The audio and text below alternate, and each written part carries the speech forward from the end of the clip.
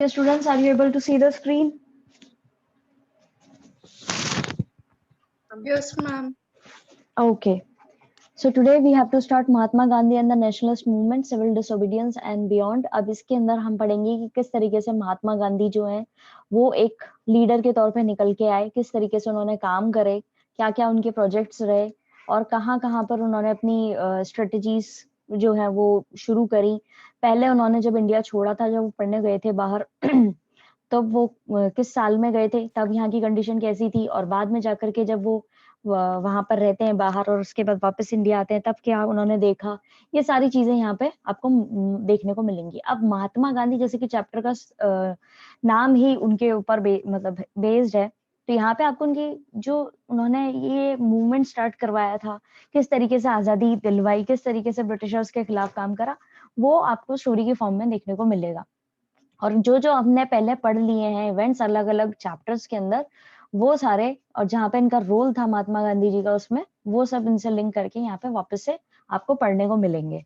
थोड़ा सा डीप में और थोड़ी सी नॉलेज आपको ज्यादा मिलेगी। अब जैसे हर हिस्ट्री के अंदर नेशनलिस्ट मूवमेंट जो भी होता है नेशनलिज्म को लेकर के, वहां पे कोई ना कोई एक इंडिविजुअल पहचाना जाता है जिसने देश का उद्धार किया होता है, जिसने देश को बनाया होता है। जैसे एग्जाम्पल के लिए गरीबाल्डी जो है वो इटली के अंदर फेमस है, जॉर्ज वॉशिंगटन अमेरिकन वॉर के लिए फेमस है, फिर हो चिन मिन जो है वो वियतनाम को कॉलोनियल रूल से आजादी दिलाने के लिए फेमस है।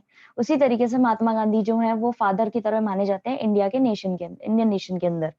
ठीक है, गांधी जी जो है वो काफी इन्फ्लुएंशियल रहे हैं, उन्होंने काफी लीडर्स को इन्फ्लुएंस किया है और पार्टिसिपेट किया उन्होंने फ्रीडम स्ट्रगल के अंदर, और इन्होंने कुछ चीजों को ठीक भी किया। अब जैसे कि वॉशिंगटन और हो चिन मिन जो है वो महात्मा गांधी के पॉलिटिकल करियर को उन्होंने देखा, मतलब उनका इन तीनों ही लोगों का जो है उन्होंने अपने पॉलिटिकल करियर को शेप दिया। ठीक है, सोसाइटी के अंदर जहाँ पे ये रह रहे थे उसके अंदर उन्होंने सरवाइव किया। तो इस तरह की चीजें कुछ कैरेक्टर्स के अंदर जो है वो देखने को मिलती हैं जो कि काफी सिमिलर होती हैं। ठीक है, हालांकि उन्होंने अपने अपने देशों के लिए काम किया है। अब इस चैप्टर के अंदर आपको गांधी जी की एक्टिविटीज के बारे में पता पड़ेगा। 1915 से 1948 का जो क्रूशियल पीरियड रहा है उस दौरान यहाँ पर इंटरेक्शंस होंगे डिफरेंट सेक्शन के, अलग अलग इंडियन सोसाइटी के। आपको पॉपुलर स्ट्रगल्स के बारे में पता पड़ेगा जो इंस्पायर करी और जिससे आगे जाकर के और बड़ा मूवमेंट स्टार्ट हुआ। यहाँ पे स्टूडेंट्स जो है उनको समझ में आएगा कि अलग अलग तरह के सोर्सेज क्या थे हिस्टोरियंस के लिए, जिन्होंने वापस से इस चीज को रिकंस्ट्रक्ट किया है, और सोशल मूवमेंट्स जो है वो भी यहाँ पर बताए जाएंगे।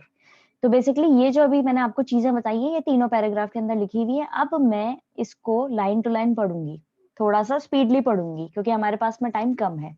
In the history of nationalism, a single individual is often identified with the making of a nation. Thus, for example, we associate Garibaldi with the making of Italy, George Washington with the American War of Independence, and Ho Chi Minh with the struggle to free Vietnam from colonial rule. In the same manner, Mahatma Gandhi has been regarded as the father of Indian nation. जैसे कि मैंने आपको बताया था कि यार एक individual जिसने अपने देश के लिए काम किया है वो फेमस हुआ है नेशनलिस्ट की तरह। और यहाँ पे आपको 3-4 नाम दिए गए हैं, इटली का दिया गया है, अमेरिकन वॉर का दिया गया है और वियतनाम का दिया गया है, और उसी तरीके से इंडिया के अंदर बापू के नाम से फेमस है Mahatma Gandhi. Insofar as Gandhiji was the most influential and revered of all the leaders who participated in the freedom struggle, that characterization is not misplaced. However, like Washington or Ho Chi Minh, Mahatma Gandhi's political career was shaped and constrained by the society in which he lived. For individuals, even great ones are made by history even as they make history. अभी तक आपको पता पड़ा है कि गांधी जी जो है काफी इन्फ्लुएंशियल रहे हैं, काफी उनका प्रभाव रहा है बाकी सारे लीडर्स पे भी, और जिन्होंने फ्रीडम स्ट्रगल में पार्टिसिपेट किया है, और इनका कैरेक्टराइजेशन जो है पूरी तरीके से मिसप्लेस नहीं हुआ है, खत्म नहीं हुआ है। उसी तरीके से जैसे वॉशिंगटन और हो चिन मिन, उसी तरीके से महात्मा गांधी जी के भी पॉलिटिकल करियर को शेप मिला था इस दौरान। और वो सोसाइटी जिस सोसाइटी में रह रहे थे जहाँ पे उनको रोक टोक लगी हुई थी, वहां से उनको एक निकल कर एक पॉलिटिकल करियर की तरफ उनका रुझान हुआ था। अब इंडिविजुअल्स जो ग्रेट इंडिविजुअल्स रहे हैं जिन्होंने हिस्ट्री में इस तरह की हिस्ट्री को रूप दिया है वो ही इनमें से है। ठीक है, this chapter analysis Gandhiji's activities in India during the crucial period 1915 to 1948. It explores It explores his interactions with different sections of Indian society and the popular struggles that he inspired and led. It introduces the student to different kinds of sources that historians use in reconstructing the career of a leader and of social movements that he was associated with.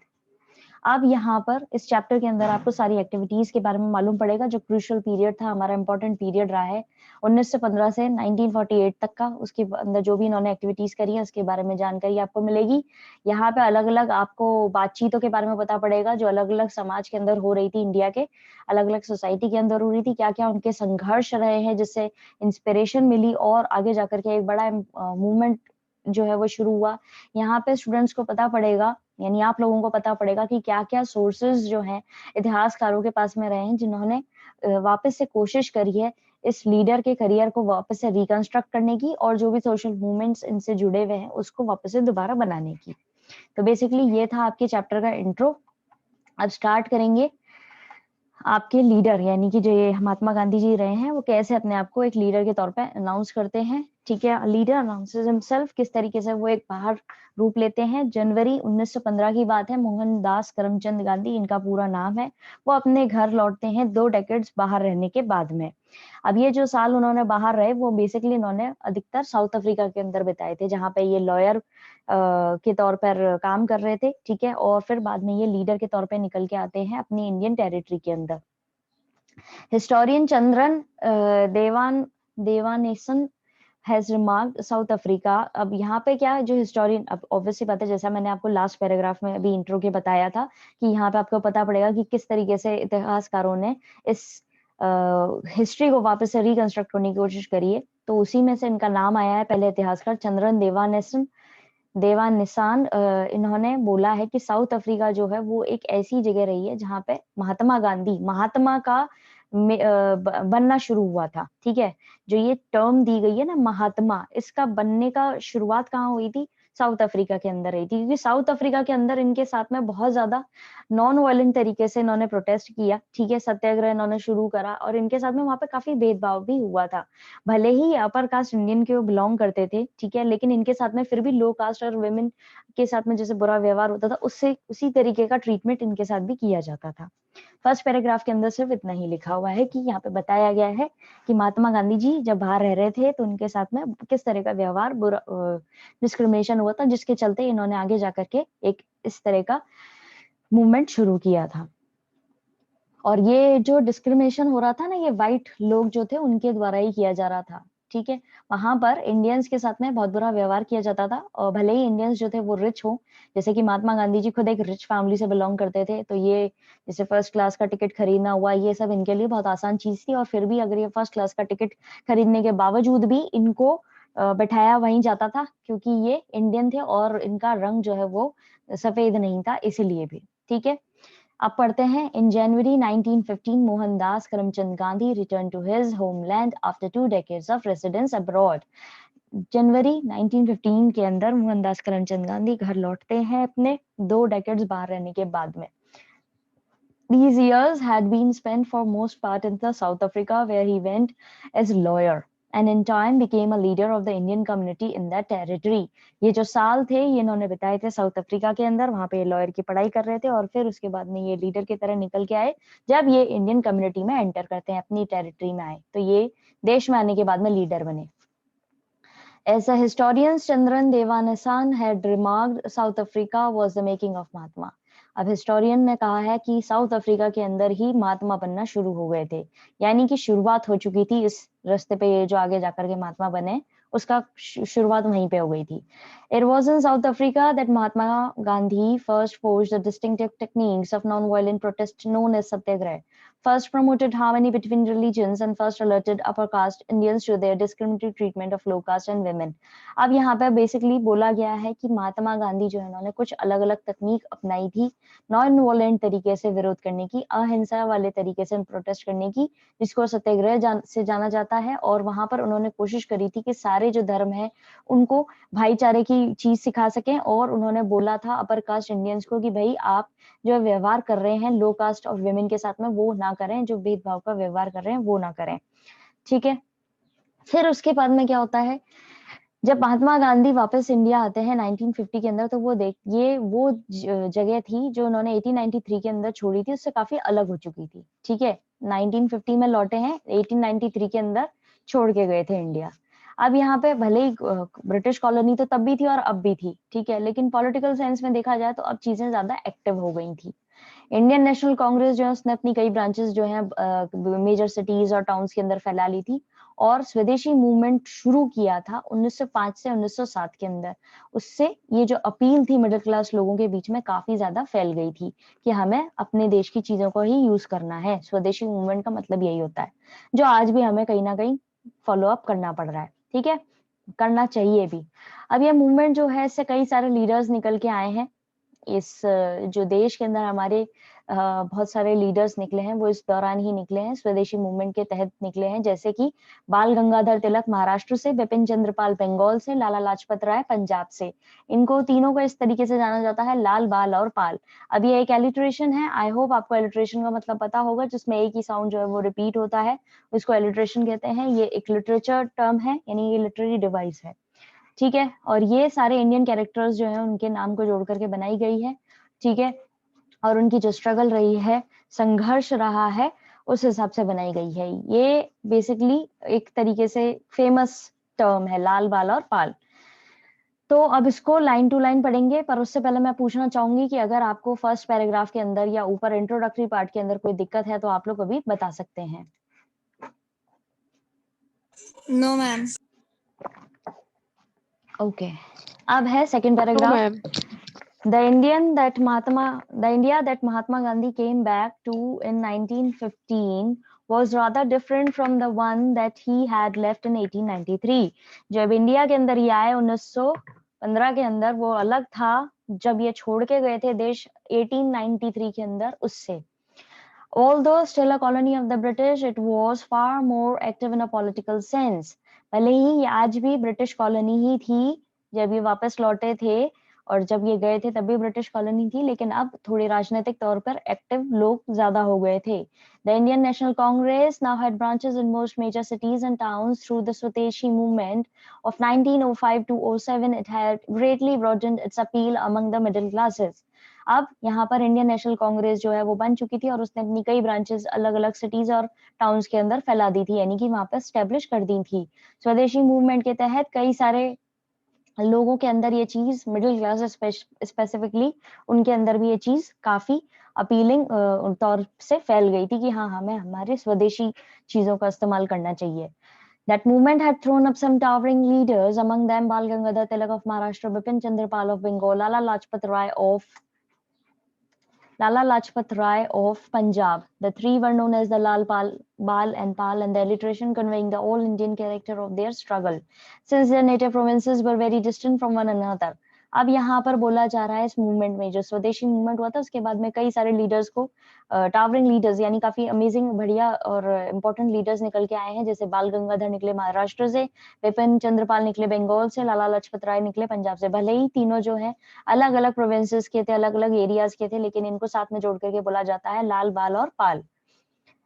Where these leaders advocated militant opposition to the colonial rule, there was a group of moderates who preferred a more gradual and persuasive approach. भले ही जो बाकी के leaders थे, ये जो leaders थे लाल, बाल और पाल, ये बिल्कुल खिलाफ थे कॉलोनियल रूल के उसमें। ठीक है, जो मिलिटेंट ऑपोजिशन था उसके कॉलोनियल रूल के उसमें, कि भाई मिलिट्री रूल जो यहाँ पे लगा हुआ है, कॉलोनीज बना रखी हैं, उसके खिलाफ थे। लेकिन वहां पर कुछ ऐसे लोग भी थे जो मॉडरेट कहलाते थे और उनका कुछ अलग तरीके से वो इस अप्रोच को फॉलो अप करते थे। अब वो क्या करते थे, वो ये है, उन्हीं के अंदर थे ये मॉडरेट, यानी गांधी जी, जो पॉलिटिकल मेंटोर के तौर पे निकल के आए, और इनके साथ में गोपाल कृष्ण गोखले जो है वो भी निकल के आया, और फिर उसके साथ में मोहम्मद अली जिन्ना, ये मॉडरेट थे, ये लोग लॉयर थे। ठीक है, गांधी जी की तरह ही गुजराती थे और निकाले गए थे कहाँ से, उन्होंने ट्रेनिंग ली थी लंदन से। Among these moderates was Gandhiji's acknowledged political mentor. Gandhi ji के political mentor रहे गोपाल कृष्ण गोखले वो, as well as Mohammad Ali Jinnah, who like Gandhiji was a lawyer of Gujarati extraction trained in London. जो क्या थे, एक गुजराती एक्सट्रैक्शन, यानी बेसिकली थे तो गुजरात के, लेकिन इन्होंने ट्रेनिंग का ली थी लंदन के अंदर। आपको पहले जैसे कि पता होगा कि कई सारे ऐसे लोग हैं जो यहाँ से बाहर जाकर के पढ़ते थे जैसे ये साउथ अफ्रीका गए तो बाकी लोग लंदन चले गए। इस तरीके से जो भी जगह अलाउ थी वो वहां जाकर के पढ़ाई करने के लिए उनको अलाउ था। अब गोखले की एडवाइस पे गांधी जी ने एक साल जो है ब्रिटिश इंडिया के अंदर बिताया ट्रेवल करके, ठीक है। और उन्होंने बोला कि इस लैंड को पहचानो, इन लोगों को समझो। ब्रिटिश इंडिया का मतलब है इंडिया ही, लेकिन ब्रिटिश रूल के अंडर इंडिया, ठीक है।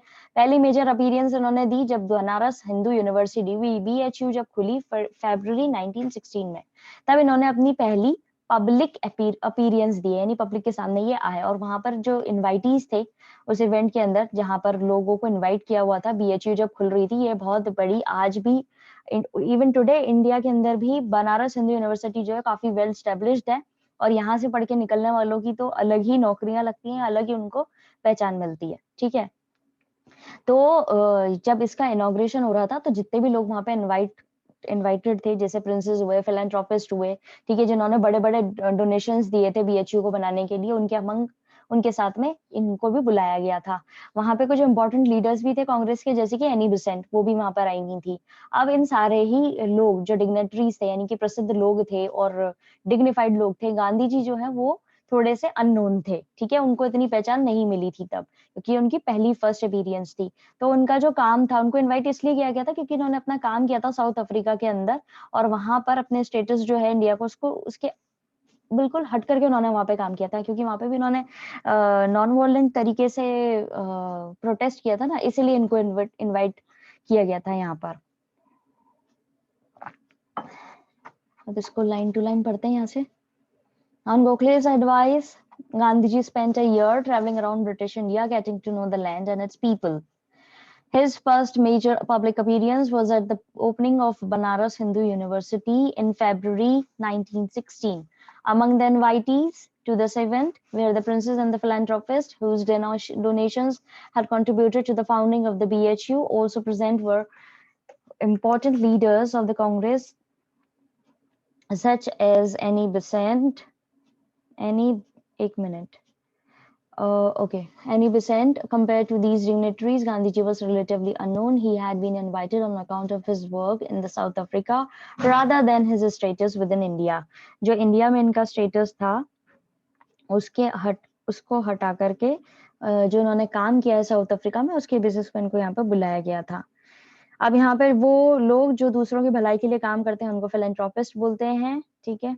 और प्रिंसेस थे, उनके बेसिस पे उन्होंने यहाँ पर बीएचयू को बनाने के लिए डोनेशन दिया था, तो वो तो इनवाइट हो नहीं थे उनके अमंग में, उनके साथ में इनको भी बुलाया गया था। ज्यादा कुछ नहीं बताया गया है, जो मैंने आपको पढ़ के बताया वही सब लिखा हुआ है। किसी को कोई दिक्कत? No ma'am. Okay, easy language में है और मैंने आपको एक बार हिंदी में बता दिया, इसलिए मैं दोबारा हिंदी में नहीं बोला। ओके, अब है जब गांधी जी की बारी आई यहाँ पर बात करने के लिए, तो जो इंडियन एलीट लोग थे, ठीक है, जो ध्यान नहीं देते थे लेबरिंग पुअर लोगों पे, जो गरीब लोग थे ना, उन पे ध्यान नहीं देते थे। तो जब ये ओपनिंग हुई तो ऑब्वियसली बात होती है ना, जब अपन किसी को इनवाइट कर रहे होते हैं और बड़े बड़े लोगों को इनवाइट करते हैं, तो अपन इवेंट के अंदर उनको बोलने के लिए बोलते हैं कि भाई आप आइए और स्पीच दीजिए या आप 2 शब्द बोलिए। तो उसी तरीके से जब गांधी जी की बारी आई तो उन्होंने देखा कि यहाँ पर जो अमीर लोग हैं उनको कोई फर्क नहीं पड़ता, गरीब लोगों को लेकर के कोई उनकी वो नहीं है, कंसर्न नहीं दिखा रहे हैं वो लोग। तो जब बीएचयू ओपन हुई तो वहां पर उन्होंने एक चीज उन्होंने बोली, certainly a most gorgeous show, ये बहुत ही सुंदर शो है। और उन्होंने चिंता जाहिर करी कि जो रिच लोग हैं वो बिल्कुल ध्यान नहीं देते गरीब लोगों के लिए, ठीक है। रिचली बिडेक्ड नोबलमैन जो यहाँ पे प्रेजेंट है, यानी कि अमीर लोग, वेल एस्टेब्लिश्ड लोग जो यहाँ प्रेजेंट है, वो गरीब लोग जो कई लाखों गरीब हैं यहाँ पर, उनकी तरफ कोई ध्यान नहीं देते और वो यहाँ पर एब्सेंट है गरीब लोग। इन्होंने इनवाइटीज जितने भी थे उनको बोला, जो प्रिविलेज इनवाइटीज थे जिनको इनवाइट किया गया था, उनको बोला कि आपको साल्वेशन नहीं मिलेगा, आपको मुक्ति नहीं मिलेगी उस इंडिया से जहां पर आपने अपने आप को सजा धजा रखा है गहनों के अंदर, और आप अपने ट्रस्ट नहीं कर पा रहे हैं अपने ही कंट्री के लोगों के अंदर। यानी कि आप ट्रस्ट जो कर रहे हैं, वो क्या करते थे, अब ये जो अमीर लोग थे ना यहाँ पे इंडिया के अंदर, आपको पता ही है कि कई जमींदार और इस तरह के ताल्लुकदार हुआ करते थे, अमीर लोग होते थे और वो लोग सपोर्ट करते थे ब्रिटिशर्स को। ये हमने पहले के चैप्टरों में पढ़ा ही है। तो यहाँ पर ये कटाक्ष करते हुए कह रहे हैं गांधी जी कि आप लोग अपने ही लोगों की ध्यान ना दे करके उन लोगों के साथ में जो अलायंस कर रहे हैं, यानी कि उनके साथ में जो उनके भाईचारा और उनको इम्पोर्टेंस दे रहे हैं ब्रिटिशर्स को, इससे आपको मुक्ति नहीं मिलेगी।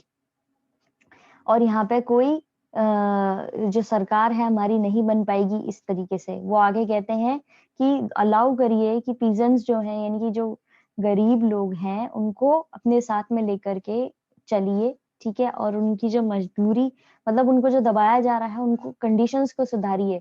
हमें तभी आजादी मिलेगी जब हम अपने जो देश के कर्ता धर्ता हैं, यानी कि किसान लोग जो हैं, जब हम उनके साथ में आकर के काम करेंगे, तब हमारा देश जो है आगे बढ़ पाएगा और हमें इन अंग्रेजों से मुक्ति मिल पाएगी। ना तो लॉयर्स, ना तो डॉक्टर्स, ना ही रिच लैंडलॉर्ड्स ये आगे जाके कुछ करने वाले हैं।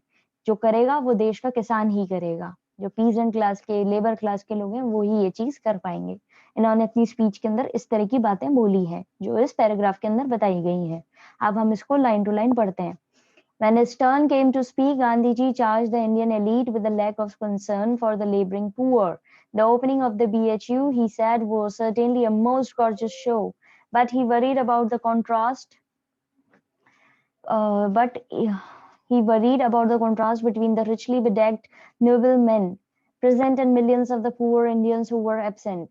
And ये इन्होंने पूरा बोला है यहाँ पे शुरुआत में ही जब बीएचयू खुली, और यहाँ पर उन्होंने बोला कि ये बहुत ही सुंदर शो है और यहाँ पर बहुत डिफरेंस है। जो रिच लोग हैं वो तो यहाँ प्रेजेंट है, जो कई लाखों इंडियन जो गरीब है वो यहाँ पे एब्सेंट है।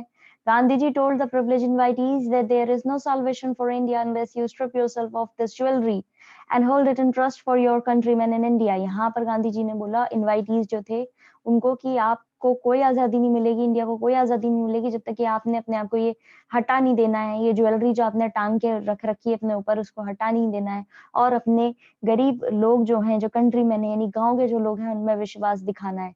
जब तक कि वो उनमें आपका विश्वास नहीं है तो कोई फायदा नहीं है किसी चीज का। There can be no spirit of self government about us, he went on. बोले यहाँ पे कोई सेल्फ गवर्नमेंट वाली स्पिरिट नहीं हो पाएगी, यानी कि कोई आप अपने तरीके से काम नहीं कर पाएंगे। If we take away or allow others to take away from the peasants almost the whole of the result of their labor, अगर आप अलाउ कर रहे हैं या दूसरों को अलाउ कर रहे हैं कि भाई हमारे किसानों को एक्सप्लॉइट जो कर रहे हैं ब्रिटिशर्स वो करने दे, तो इससे जाकर आगे जाकर के कोई रिजल्ट नहीं निकलने वाला। ये हमारे ऊपर ही एक तरीके से बहुत बड़ा क्वेश्चन उठाएगा। Our salvation can only come through the farmers। हमारी जो मुक्ति है ये ब्रिटिशर्स से वो तभी हो पाएगी जब हम हमारे फार्मर्स का साथ देंगे। Neither the lawyers nor the doctors nor the rich landlords are going to secure it। ना ही लॉयर्स, ना ही डॉक्टर्स और ना ही अमीर जमींदार जो है इस चीज को बचा पाएंगे। इस पैराग्राफ के अंदर किसी को कोई दिक्कत? No ma'am. ओके। अब जो ओपनिंग ओकेजन था वहां पे सेलिब्रेशन हो रहा था बीएचयू का, और फिर नेशनलिस्ट यूनिवर्सिटी की तरह ये निकल के आई थी, और यहाँ पर काफी लोगों ने अपना पैसा जो है इन्वेस्ट भी किया था और इंडियन से इनिशिएटिव भी लिए थे, एफर्ट्स लगाए थे, लेकिन जो एक टोन होनी चाहिए सेल्फ कॉन्ग्रेचुलेशन की वो गांधी जी की वहां पे नहीं थी। वो वहां पे उन लोगों को याद दिला रहे थे कि भाई तुम लोगों को काम करना चाहिए पीजेंट्स के लिए, वर्कर्स के लिए, जो मेजोरिटी में है हमारी इंडियन पॉपुलेशन के अंदर और प्रेजेंट नहीं है ऑडियंस के अंदर।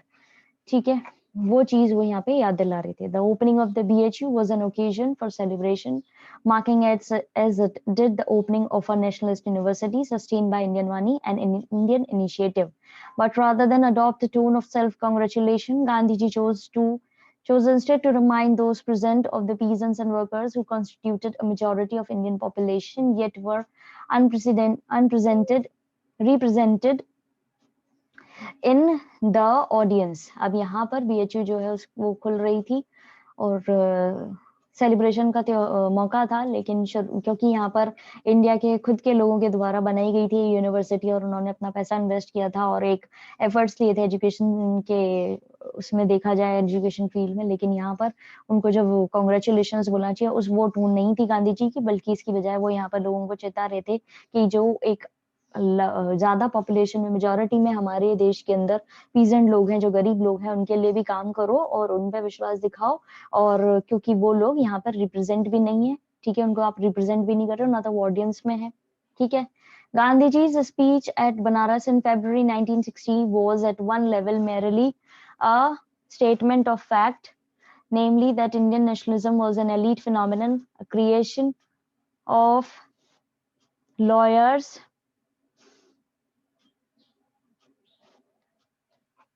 मैं आप लोगों को अब लिंक भेज रही हूँ क्योंकि ये क्लास वैसे भी ओवर होने वाली है, आप लोग उससे लॉग इन करिएगा, ठीक है students? Yes, ma'am. okay, ma'am. Okay.